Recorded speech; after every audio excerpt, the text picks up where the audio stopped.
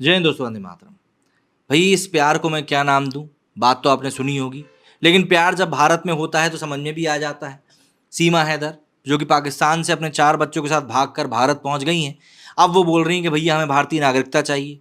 ऐसे तो फिर कल को कोई भी पाकिस्तान से भागकर भारत आएगा, भारत वाला पाकिस्तान तो नहीं जाएगा, पाकिस्तान वाला ही भारत आएगा और बोलेगा कि भैया नागरिकता दे दो।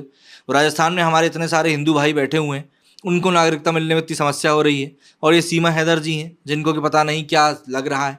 तो ऐसे में भाई कई लोगों के जहन में सवाल उठ रहा है कि क्या वाकई में इतना आसान है कि एक पाकिस्तानी का भारत आकर ऐसे नागरिकता ले लेना? इसी बारे में इस वीडियो में हम लोग बात करने वाले हैं। दरअसल पाकिस्तानी महिला सीमा हैदर और उसके उत्तर प्रदेश निवासी सचिन, जो कि उनके प्रेमी भी हैं, इनको कोर्ट से जमानत तो मिल चुकी है। लेकिन अब ऐसे में सीमा का दावा है कि उसने नेपाल के मंदिर में हिंदू रीति रिवाज से शादी भी कर ली। उसने अपने बच्चों का और खुद का धर्म भी बदलवा लिया है। तो पाकिस्तान वापस नहीं जाना चाहती और धमकी दे रही है, अगर ऐसा हुआ तो भैया सोच लो, हम खुद के साथ कुछ गलत कर लेंगे। वहीं पर सीमा हैदर का जो पति पाकिस्तान में बैठा हुआ है, वो मोदी जी से बोल रहा है कि भैया मेरी पत्नी मुझे वापस कर दो। सचिन के साथ सीमा हैदर भारत में ही रहना चाहती हैं और इसके लिए उसने सरकार से भारत की नागरिकता के लिए गुहार भी लगाई है। लेकिन सवाल यहाँ पर ये उठता है कि क्या पाकिस्तानी महिला को भारतीय नागरिकता मिलनी चाहिए? जानकारों के मुताबिक पाकिस्तानी महिला सीमा को नागरिकता देने से पहले ये देखा जाएगा कि क्या उनकी शादी वैध है। यदि शादी वैध है और वो भारत की नागरिकता की मांग करती हैं, तो सरकार मानवता या दया के आधार पर नागरिकता दे सकती। पहले भी कई सारे ऐसे मामले आए हैं जिनमें पीड़ित अपने देश में वापस जाने से जान को खतरा बताकर सरकार से नागरिकता की मांग कर चुका है। हालांकि इस पर अंतिम फैसला सरकार को ही लेना होता है। यदि महिला ने भारतीय नागरिक सचिन से शादी करी है और वो वैध है, तो सरकार को उसे नागरिकता देने में कोई दिक्कत नहीं होगी। हालांकि पुलिस ने महिला पर अवैध रूप से भारत में आने का मामला दर्ज किया है, उसकी जांच अलग चल रही है। लेकिन महिला अगर यहाँ की नागरिकता के लिए मांग करती है तो उसे ये दी जा सकती है। बच्चों के लिए उन्हें अडॉप्शन डील करानी पड़ेगी, जिसके तहत बच्चों को उनके साथ रहने की परमिशन मिल जाएगी और आगे भी उन्हें नागरिकता मिल सकती है। तो चलिए जरा जान लेते हैं कानून के हिसाब से भारत का नागरिक होना क्या होता है और यहाँ की नागरिकता किस आधार पर मिलती है। सबसे पहले बात करते हैं कि भाई नागरिकता जो है भारत की, वो 4 तरीकों से आपको मिल सकती है। पहली है जन्म से, मतलब कि जन्म से भारत की नागरिकता उन्हीं लोगों को मिलती है जिनको कि 26 जनवरी 1950 से 1 जुलाई 1987 के बीच भारत में पैदा हुए, फिर चाहे उनके माता पिता कहीं के भी रहे हों। इसके बाद बारी आती है 1 जुलाई 1987 से 2 दिसंबर 2004 के बीच पैदा हुए बच्चे जिनके माँ या पिता जन्म के समय भारत के नागरिक हों। और फिर बारी आती है 3 दिसंबर 2004 के बाद के पैदा हुए बच्चे जिनके माँ या बाप के जन्म के समय भारतीय नागरिक हों और दोनों में से कोई भी अवैध घुसपैठिया ना हो।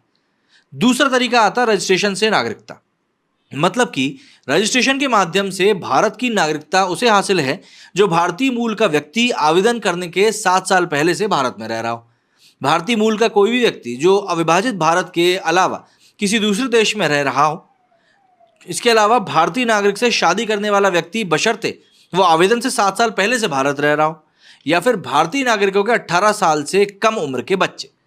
इसके बाद बारी आती है वंशज होने के नाते, मतलब कि यदि वंशज होने के नाते का अर्थ ये हो गया कि वो व्यक्ति जिनके माता या पिता जन्म से भारतीय नागरिक हैं लेकिन उनका खुद का जन्म किसी दूसरे देश में हुआ है, वो भारत की नागरिकता हासिल कर सकते हैं। देशीकरण के मुताबिक कोई भी व्यक्ति अगर 12 साल तक भारत में रहे और नागरिकता के लिए आवेदन से पहले लगातार 1 साल तक उसका भारत में रह रहा हो, उसे नागरिकता हासिल हो सकती है। अब ऐसे में एक सवाल ये भी आता है कि भाई नागरिकता कब बर्खास्त होगी? तो नागरिकता अधिनियम 1955 की धारा 9 में किसी व्यक्ति की नागरिकता खत्म करने का भी जिक्र किया गया है।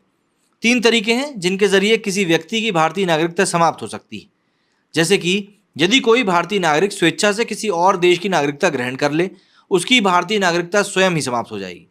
इसके अलावा यदि कोई भारतीय नागरिक स्वेच्छा से अपनी नागरिकता का त्याग कर दे तो उसकी भारतीय नागरिकता समाप्त हो जाएगी। इसके अलावा भारत सरकार को भी कुछ शर्तों के आधार पर अपने नागरिकों की नागरिकता समाप्त करने का अधिकार होता है, जैसे कि नागरिक 7 सालों से लगातार भारत से बाहर रह रहा हो, यदि ये साबित हो जाए कि व्यक्ति ने अवैध तरीके से भारतीय नागरिकता प्राप्त करी। इसके अलावा यदि कोई व्यक्ति देश विरोधी गतिविधियों में शामिल हो या फिर व्यक्ति भारतीय संविधान का अनादर करे। तो भाई ये काफ़ी सारी क्रोनोलॉजीज हैं जिनके तहत आपको भारतीय नागरिकता तो मिल सकती है या आपसे छीनी जा सकती है। अब ये फैसला आपके हाथ में है कि भाई सीमा हैदर को भारतीय नागरिकता मिलती है या नहीं, इसके ऊपर आपकी राय क्या है। लेकिन जहाँ तक मुझे समझ में आ रहा है, भारत सरकार शायद नागरिकता देगी नहीं, क्योंकि इससे पाकिस्तान को फिर एक पॉइंट मिल जाएगा आगे तक बोलने के लिए और फिर इसका वो एक गलत उपयोग भी कर सकता है। मेरे वीडियो फिलहाल इतना ही। जय हिंद, जय भारत।